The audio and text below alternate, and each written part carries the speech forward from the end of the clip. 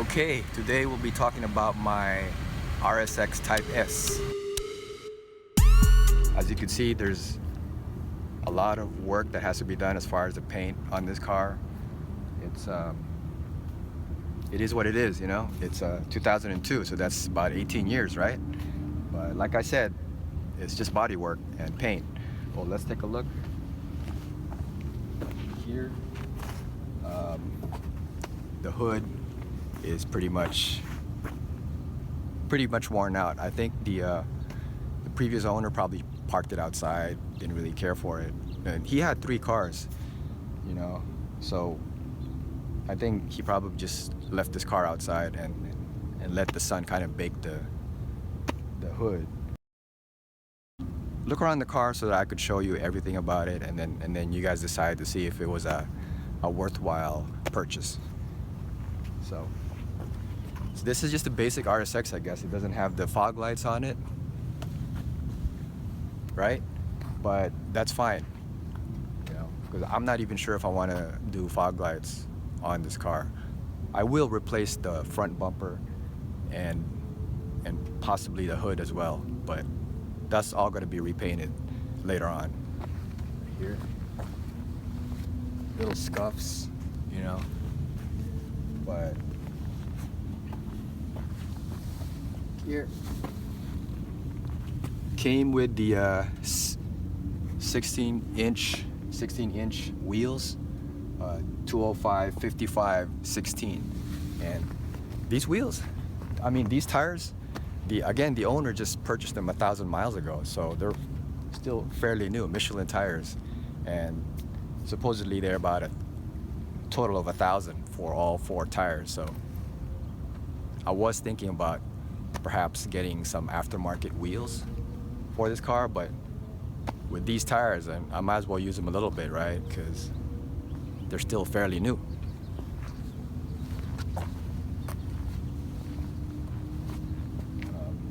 Oh, another thing about this car, the brakes have just been done, so I don't have to worry about that part.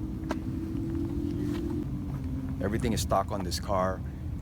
Again, it's a RSX Type S, so if it wasn't Type S, then I probably wouldn't purchase it, because obviously the Type S for this is the 200 horsepower as opposed to the 160 horsepower regular RSX. So there you go. Stock exhaust. There are more scuffs right here, you could see, right? Here could probably one of the worst parts right here is I don't know, it looks like maybe it was a shopping cart that hit the body right here. So, and hopefully I don't really have to do that much body work, maybe just dent remover to just fix it and bring it back out. Maybe, I don't know if it's gonna need repaint, but either way, maybe I'll just put side skirts right here, you know, to add everything. But there it is. Another feature, it's got that sunroof,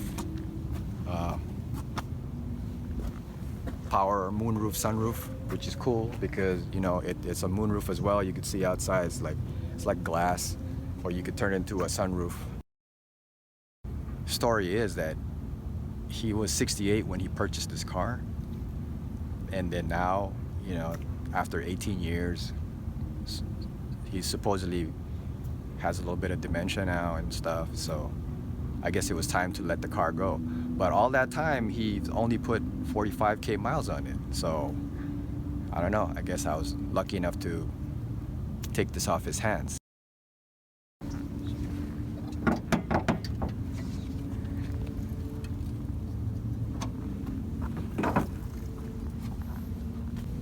Right here, as you can see, that's really one of the best features of this car is the motor. It's still fairly clean, barely used, right? 45K miles on this thing. 02 Type S, pumps out about 200 horsepower. Obviously, that's it's not bad for what this car has, you know, which is of course Honda reliability. Not really much of a VTEC fan, And not because I don't like them, but because I never really owned much aside from my S2000 back in the days. But I mean, they seem to feel really smooth. Actually, I realize now why I could see why there are people who are really into these type of engines for what they have. This is, I mean, might even be a little smoother than my FRS in terms of stock for stock. Okay, I shouldn't really say that, but yeah, if I didn't have the turbo kit on the FRS, I think maybe even an older RSX Type S would give that stock FRS or BRZ a run for its money. I'll probably just add like headers, exhaust, and stuff like that. Nothing really major, because I don't really want to go too crazy on this car. I've already put like a turbo on my FRS, so I don't really want to go wild on this car. I just want it to be reliable and a little bit quicker. Let's go check the interior.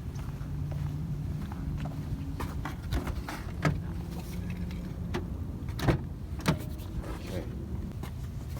So, see right here, it's all leather interior, and it's pretty good. The seats are like bucket seats, but they're leather, and I don't know, I don't think these are cheap either, and they're pretty comfortable, you know, considering. The only thing about this one is that it's got the marks right here, but that's normal. That's wear and tear from the driver always going inside, right? I have this on a lot of the used cars. The 3000 GT has this as well. Right here, as you could see, it's all kind of worn out from, you know, drivers going in and out. But if you look at the dash and the front, everything looks clean. You know, it's like no cracks or anything. Yeah. I like that contrast between this silver and this the dash. But what's comfortable here is the steering wheel. Actually feels good. You know, kind of reminds me of my FRS, because it also has like kind of a similar type of steering wheel, but not really. So I don't think I'm going to replace this with like an aftermarket steering wheel. I like the way it feels when I drive it. Interior is good. Side panels are good. The door panels are good. And seats in the back right here. The seats are actually pretty good right here. And because the previous owner just drove it by himself, he never really had any passengers sit, so it still looks clean right here. The seats right here, they still feel really clean. Feels just right. Feels even a little bit roomier than my FRS, this car. So again, so it's good.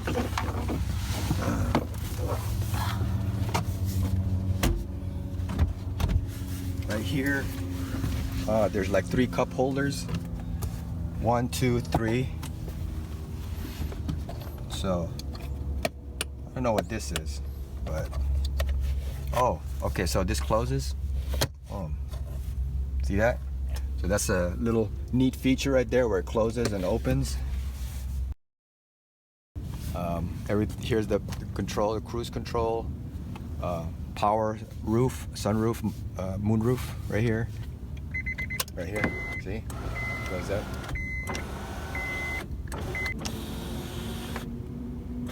For the mirrors, for the windows, right? And then, of course, one of the best parts about this car, there.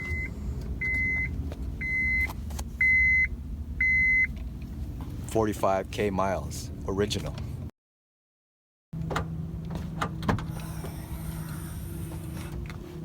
Okay, so one thing I realized about this car after trying to look for the latch in the front, there's actually no latch for the trunk.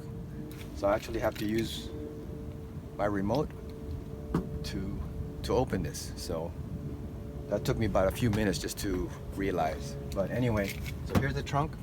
As you can see, there's a lots of space. And it's a 2+2, so you can just push the seats down.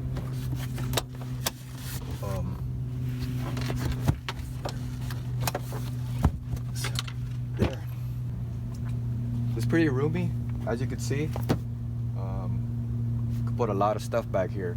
That's the thing about the FRS, is that, you know, it's not like a hatchback. The whole back doesn't open. It's just the trunk. So even though you can push the seats back, there's still that sort of middle barrier that won't allow you to put this much stuff in here. So that's a good thing about the RSX, is that it's a hatchback similar to that of a Civic, where you could just put the seats down and there's a lot of space, as you can see. Okay, we're ready to take this car for a spin and see how it feels.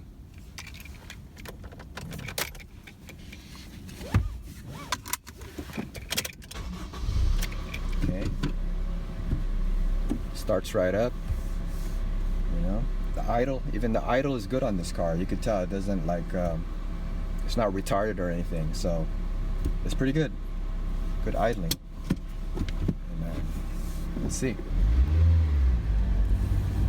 All right.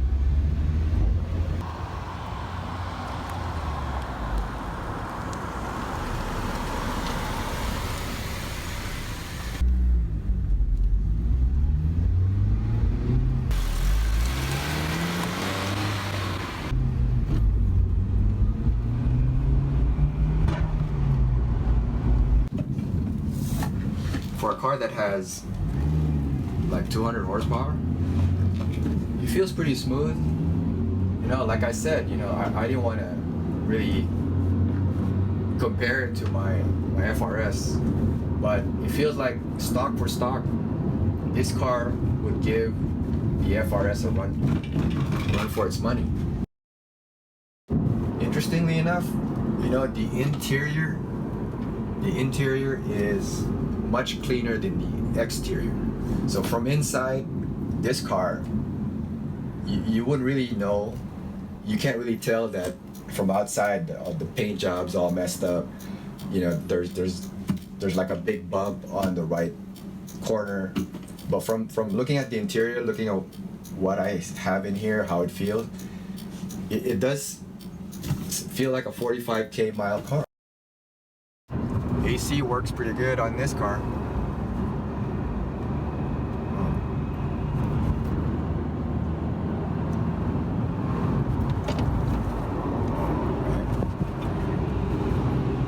See, that's an important feature right there, AC, right? Gotta have that AC here in Cali, for sure. Again, I like the moonroof, sunroof action right here. See, you see the sun? Oh. I like that. It's a good feature to have.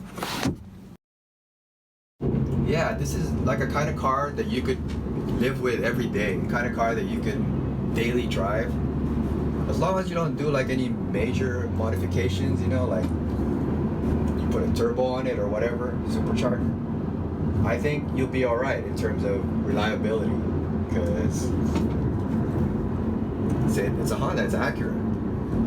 So it's one of those cars that is not the slowest, not the fastest, but it certainly has some kick in it. You know, it gives you that go-kart feeling. And you know, if you find one with good value like this, where it has very low miles on it, then you're set. Because all you got to do is, if you really care about how it looks, all you got to do is repaint it, and you're good to go, right? You have like a reliable daily driver right here.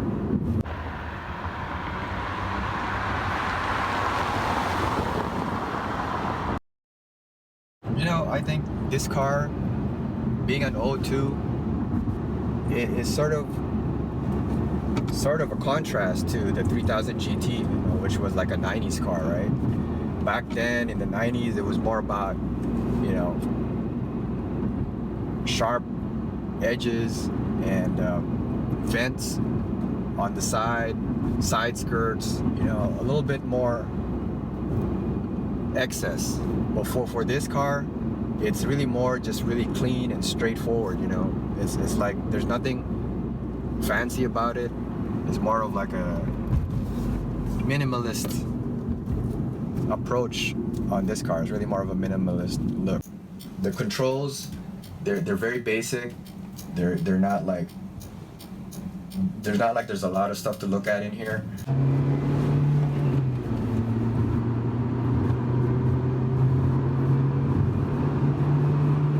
Yeah, so on the higher RPM range, this car does excel. It's good, you know. I could probably push it a little bit more, but I'm just, you know, trying to get my first impression on this car.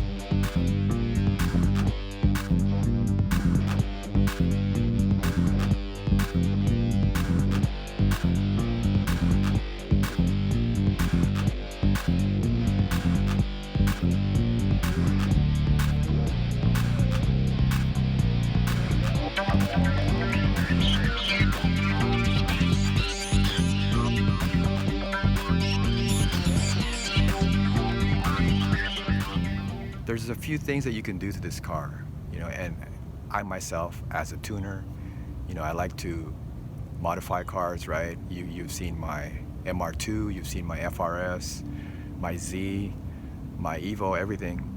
Even if it's just minor, I always like to modify, you know. It doesn't matter if it's just an air intake or putting some coilovers, exhaust, but I still want it to be modified. I don't want it to be completely stock, right?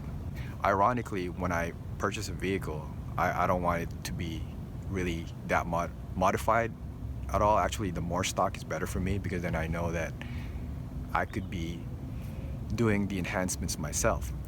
But okay, going back to the idea of modifying, to me as a tuner, I like to modify, and so I like to add things to it. So for this car, it won't be anywhere close to the FRS, because, you know, that's just a different car for me.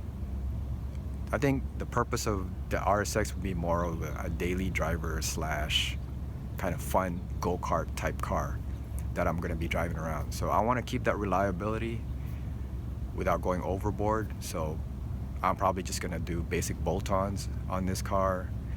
And again, the paint and even the slight body work doesn't really bother me as much, because I already have plans for it. I already know that I'm gonna put a body kit, right? I'm gonna put, you know, other things to it, so that all those will be repainted anyway. So that's not really a big deal.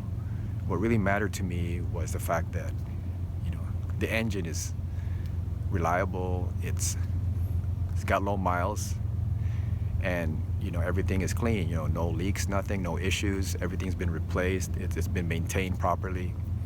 And that's really my main concern for this car. So for those of you who may be interested in purchasing an RSX, those are the things that I look for. Now, modifying, it's up to you guys. You guys decide what you want to do to it, right? With the MR2, that was a complete show car, so I went all out, you know. No, I didn't spare anything on that car. Everything was, you know, for the shows and to win and so on. For the FRS, I wanted it to be like a reliable turbocharged car, and so that's what I did. You know, I wanted it to be reliable, turbocharge it, but not boosting so much, and then I added all these goodies to it. That was the purpose for that car, kind of like a weekly slash track car. You know, I don't really drive it every day, so it was like a weekly car. For this, I would probably tend to drive this more, just because it's a Honda. No, I don't know, maybe because it's an RSX and I feel like it's pretty reliable if I just maintain it and take care of it and so on. So this is more of a daily car, so I'm gonna kind of fix it up based on that criteria. So, you know, not a bad deal on this car, not a bad deal. I think that considering it's a 18-year-old car with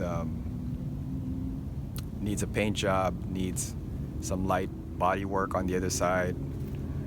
But aside from that, you know, like I said, it's clean title, 45K original miles. And the interior is pretty much unmolested. So I think it's a good deal. I think it's a great deal. The best feature, one of the best features of this car, just like the 3000 GT, is the tape player right here.